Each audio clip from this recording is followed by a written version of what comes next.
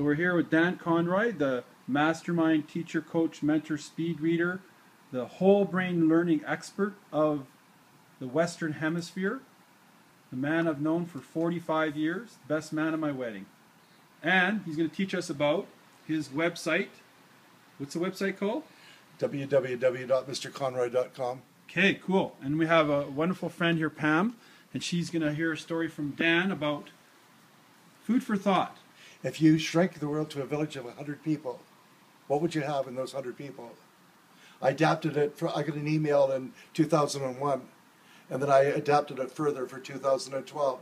So if you shrink all the world's population to precisely 100 people, with all existing human ratios remaining the same, this is what it would look like. There would be 57 Asians, 21 Europeans, 14 from the Western Hemisphere, that's North and South America, and 8 Africans. So you can see if you shrunk it to 100 people, the Asians would predominate the whole world. Out of these 100 people, 52 would be female, 48 would be male, 70 would be non-white, 30 would be white, 70 would be non-Christian, 30 would be Christian, 89 would be heterosexual, 11 would be homosexual. In addition, 6 people would possess 59% of the world's entire wealth, and all six would be from the United States. 80 would live in substandard housing, 70 would be unable to read, 50 would suffer from malnutrition, 1 would be near death, 1 would be near birth, and yes, only 1 would have a college education, and only 1 would own a computer. When one considers our world from such a compressed perspective, the need of acceptance, understanding, and education becomes glaringly important. So ponder these things.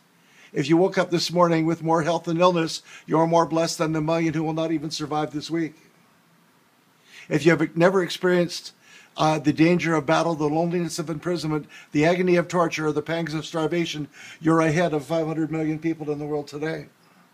If you can attend a church meeting without fear of harassment, arrest, torture, or death, you are more blessed than 3 billion people in the world. If you have food in the refrigerator, clothes on your back, a roof overhead, and a place to sleep, you're richer than 75% of the people in the world.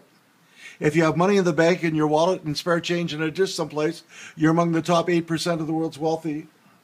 If your parents are still alive and still married, you are very rare, even in the United States and Canada. If you can read this message, you received a double blessing. Someone was thinking of you, and there are over 2 billion people in the world that cannot read at all. Someone once said, what goes around comes around.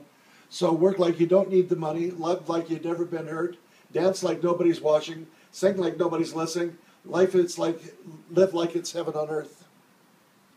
Isn't that any message? Okay. The Western nations form approximately 20% of the world's population. They cannot keep on consuming 80% of the goods and services produced without alienating 80% of people of the world. That's, I think, was such a neat article. Now, you said something about learning, like what percentage that of the 100 have a learning education on? Only 1. 1 out of 100. But have a college education. But how about professional education, like what we teach? That's professional education included. Only 1 out of 100. If you shrunk it to 100 people, only 1 would have a college education. Wow.